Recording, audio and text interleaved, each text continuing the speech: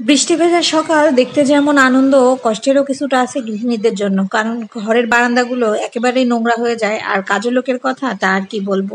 প্রত্যেকে আমরা জানি তাদেরকে ২-৩ মাস যখন আপনি রাখবেন ঘরে, যখন সে বুঝে যাবে যে আপনি তার পছন্দ করে ফেলছেন, ঠিক তখনই সে হচ্ছে নানান অজুহাতে সরকারি চাকুরির মতো অন্তত পক্ষে ২ দিন না হইলেও ১ দিন সে কামাই দেবেই। আর তাদের এটা ধর্ম হয়ে গেছে। আর যেদিন কাপড় ভিজাবেন, যেদিন কাজ বেশি থাকবে সেই দিনই সে আসবে না। আর আমার বারান্দার অনেক ফুল ফুটছে, আলহামদুলিল্লাহ ২টা গাছে একেবারে ভরে ফুল ফুটছে, দেখে আমার ভীষণ ভালো লাগতেছে।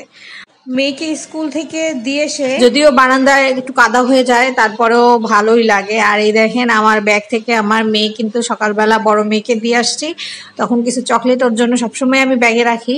আর সে কিন্তু ব্যাগ থেকে সব চকলেটগুলো খুলে ফেলছে, কি আনন্দ! আসলে এখন মানুষকে বিশ্বাস করাটাই যেন কঠিন হয়ে গেছে, নিজের লোক ছাড়া। মানুষ সকালে এক কথা বলে, বিকেলবেলা আর এক রকম কথা বলে। আর বাসায় এসে ভাবলাম যে যেহেতু বাসায় আপনার ভাইয়া দুপুরে খায় না, তাই ভাবলাম যে একটু খিচুড়ি করে ফেলি।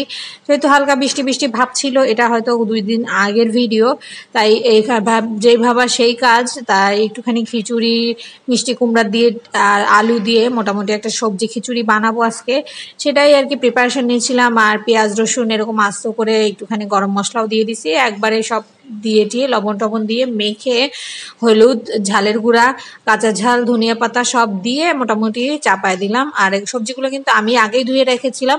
১.৫ কড় পানি দিলেই সুন্দর খিচুড়ি হয়ে যায়। আর খিচুড়ি হওয়ার সময় কিন্তু আমার আর ক্লিপ নিতে ভুলে গেছি। আর এই যে এখন সকালবেলা বেগুন ভাজা, সাথে একটুখানি শুটকি ভর্তা করেছিলাম, চিংড়ি শুটকি, আস্ত রসুন তো আগেই দিয়েছি, আপনারা দেখতে পাচ্ছেন।